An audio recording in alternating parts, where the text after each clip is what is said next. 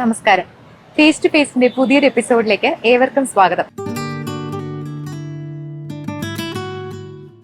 ഇന്ന് നമ്മോടൊപ്പം അതിഥിയായുള്ളത് ചുഴി എന്ന ചിത്രത്തിൽ മനു എന്ന കഥാപാത്രത്തെ അവതരിപ്പിച്ച അരുൺലാലാണ്. നമുക്ക് അദ്ദേഹത്തോട് വിശേഷങ്ങൾ ചോദിക്കാം. സ്വാഗതം അരുൺ. നമസ്കാരം. നിരവധി ഷോർട്ട് ഫിലിമുകളിലും ആൽബങ്ങളിലും ആഡുകളിലും ഒക്കെ അഭിനയിച്ചിട്ടുള്ള ഒരാളാണല്ലോ അരുൺ. ചുഴിക്ക് മുമ്പും ശേഷവും സ്വന്തം അഭിനയത്തെ എങ്ങനെ വിലയിരുത്തുന്നു? ചുഴിക്ക് മുൻപും ശേഷവും എന്ന് പറയാൻ പറ്റില്ല. ഓരോ ഷോർട്ട് ഫിലിം അല്ലെങ്കിൽ പരസ്യം ഇങ്ങനെ ചെയ്ത് വരുന്ന സമയത്ത് നമ്മുടെ എക്സ്പീരിയൻസ് കൂടെയല്ലേ, അപ്പൊ നമ്മുടെ ക്രാഫ്റ്റ് ഓട്ടോമാറ്റിക്കായിട്ട് കൂടും. അപ്പോൾ ഇതിൽ നമുക്കൊരു ഹോൾഡ് കിട്ടും. അതാണ് എനിക്ക് മെയിനായിട്ട് തോന്നിയിട്ടുള്ള കാര്യം. ഇതിലെ കോ ആർട്ടിസ്റ്റുകൾ മനു എന്ന കഥാപാത്രത്തെ എത്രത്തോളം സഹായിച്ചിട്ടുണ്ട്? നമ്മളൊപ്പം അഭിനയിക്കുന്ന ആൾക്കാർ എത്രയും ബെറ്റർ ആവും, അപ്പൊ നമ്മൾ ഓട്ടോമാറ്റിക്കായിട്ട് ബെറ്റർ ആവും. ഇതൊരു ആക്ടിംഗ് എന്ന് പറഞ്ഞാൽ ഒരു ഗീവ് ആൻഡ് ടേക്ക് ആണ്. ഇറ്റ്സ് ലൈക്ക് ടെന്നീസ് കളിക്കൂലേ, അപ്പോൾ അതിന്റെ റിഫ്ലക്സ് നമ്മളിലും ഉണ്ടാവും, അവരിൽ ഓപ്പോസിറ്റ് ക്യാരക്ടറിന്റെ. അങ്ങനെ വെച്ച് നോക്കുമ്പോൾ നല്ലൊരു കാസ്റ്റ് ആയിരുന്നു. അപ്പോൾ സ്വാഭാവികമായിട്ടും എല്ലാവരും ബെറ്റർ ആവുമ്പോൾ നമ്മളും ഓട്ടോമാറ്റിക്കായിട്ട് ബെറ്റർ ആവും. ഈ ചിത്രത്തിന്റെ സംവിധായിക സുമി പ്രശാന്തുമായിട്ടുള്ള അനുഭവം പങ്കുവെക്കാമോ?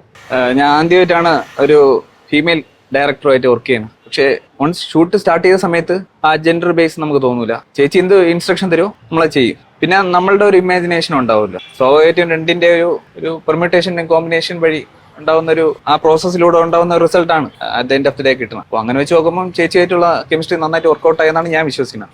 ചേച്ചിയുടെ വർക്ക് ചെയ്യുന്ന സമയത്ത് നമുക്ക് മനസ്സിലാവും ചേച്ചിക്ക് ആ ക്രാഫ്റ്റ് ഉണ്ടെന്ന്. ചുഴിയുടെ ലൊക്കേഷനിൽ ഉണ്ടായ എന്തെങ്കിലും മറക്കാനാവാത്ത അനുഭവം പ്രേക്ഷകരുമായി പങ്കുവയ്ക്കാം? ചുഴി ഓവറോൾ ഒരു 7 ദിവസത്തെ 3 സ്കെഡ്യൂളായിട്ട് 7 ദിവസത്തെ ഷൂട്ട് ഉണ്ടായിരുന്നു. അങ്ങനെ വന്നപ്പോൾ മെയിൻലി ഫസ്റ്റ് ഡേ കുറച്ച് ക്ലൈമറ്റ് ആയാലും ബാക്കി എക്സ്റ്റേണൽ ഫാക്ടേഴ്സ് ഒക്കെ നമുക്ക് എതിരായിരുന്നു. ആ സമയത്ത് ഒരു കുഞ്ഞിന്റെ ഒരു ബോഡി എടുക്കുന്ന ഒരു സീനുണ്ട്. നേരം ആ സമയത്ത് കുറച്ച് മഴയും കാര്യങ്ങളും ഉള്ളത് കൊണ്ട് ഈ ബാക്കി കാട്ടിലായിരുന്നു ഷൂട്ട്. അപ്പോ ഈ അട്ട അങ്ങനത്തെ സംഭവമൊക്കെ ഉണ്ടായിരുന്നു. ആ സമയത്ത് ഫ്രെയിമിൽ ഞാൻ ഇല്ല, പക്ഷെ ആ സ്ട്രഗിൾ ഞാൻ കണ്ടായിരുന്നു. അങ്ങനെ വെച്ച് നോക്കുമ്പോൾ അത് ഒരു മറക്കാനാവാത്ത എക്സ്പീരിയൻസ് ആയിട്ട് എനിക്ക് തോന്നിയായിരുന്നു. ഈ ചിത്രം ഒരു ഹൊറർ ക്രൈം ത്രില്ലർ ആയിരുന്നല്ലോ.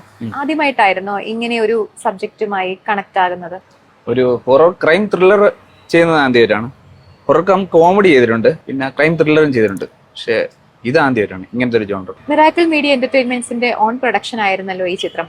എന്താണ് അതേക്കുറിച്ച് പറയാനുള്ളത്? ഈ പ്രൊഡക്ഷൻ ടീമുമായിട്ട് ഫസ്റ്റ് ടൈമാണ്. പക്ഷേ അവരുടെ ഫസ്റ്റ് ടൈം ആണെന്നുള്ള തോന്നൽ നമുക്ക് ഉണ്ടാവില്ല. കാരണം അവര് എല്ലാ കാര്യങ്ങളിലും എല്ലാ ഡിപ്പാർട്ട്മെന്റും നല്ല എക്സ്പീരിയൻസ്ഡ് ആയിട്ടാണ് അവർ ചെയ്തേക്കുന്നത്. റിവ്യൂ ഷോ കണ്ടപ്പോൾ മനു എന്ന കഥാപാത്രം എത്രത്തോളം നന്നായതായി തോന്നി? ഈ കഥാപാത്രം എത്രത്തോളം നന്നായെന്ന് ചോദിച്ചാൽ അതിപ്പോ റിവ്യൂ ഷോ കണ്ട സമയത്ത് അത്യാവശ്യം നല്ലൊരു പോസിറ്റീവ് ഫീഡ്ബാക്ക് ആണ് കിട്ടിയത്. അപ്പോൾ അത് കേട്ടപ്പോൾ സ്വാഭാവികമായിട്ട് എനിക്ക് സന്തോഷം ഉണ്ടായി. ബാക്കി ഇനി യൂട്യൂബിൽ റിലീസ് ചെയ്യുന്ന സമയത്ത് പ്രേക്ഷകർ കണ്ടിട്ടല്ലേ അഭിപ്രായം പറയാം. എന്റെ മാക്സിമം എഫേർട്ട് ഞാൻ കൊടുത്തിട്ടുണ്ടെന്നാണ് ഞാൻ വിശ്വസിക്കുന്നത്. ഏതൊക്കെയാണ് പുതിയ പ്രോജക്റ്റുകൾ? ടൈം ലൂപ്പ് എന്ന് പറഞ്ഞ ഷോർട്ട് ഫിലിം, അതൊരു കോമഡി കം ഫൈറ്റ് അങ്ങനത്തെ ഒരു സംഭവം. രസകരമായിട്ടാണ് കഥ പറഞ്ഞേക്കണം. സോജു ആണ് എന്റെ ഡയറക്ടർ. അതിനുശേഷം ആത്മാവേ പോവും, അതൊരു ഫാന്റസിയാണ്. അത് അരവിന്ദൻ ഡയറക്ടറാണ്. ഫേസ് ടു ഫേസിന്റെ പ്രേക്ഷകരോട് അരുൺലാലിന് എന്താണ് പറയാനുള്ളത്? പ്രേക്ഷകരുടെ അടുത്ത് എനിക്ക് മെയിനായിട്ട് പറയാനുള്ളത്, ഓഗസ്റ്റ് 17 നമ്മൾ ഷോർട്ട് ഫിലിം റിലീസ് ചെയ്യണത് ചുഴി. എല്ലാവരും കാണണം, കണ്ട് അഭിപ്രായം പറയണം. അതിപ്പോൾ പോസിറ്റീവായാലും നെഗറ്റീവായാലും പറയണം. അപ്പോൾ നമുക്ക് ബെറ്റർ ആവാൻ പറ്റും നെക്സ്റ്റ് ടൈം.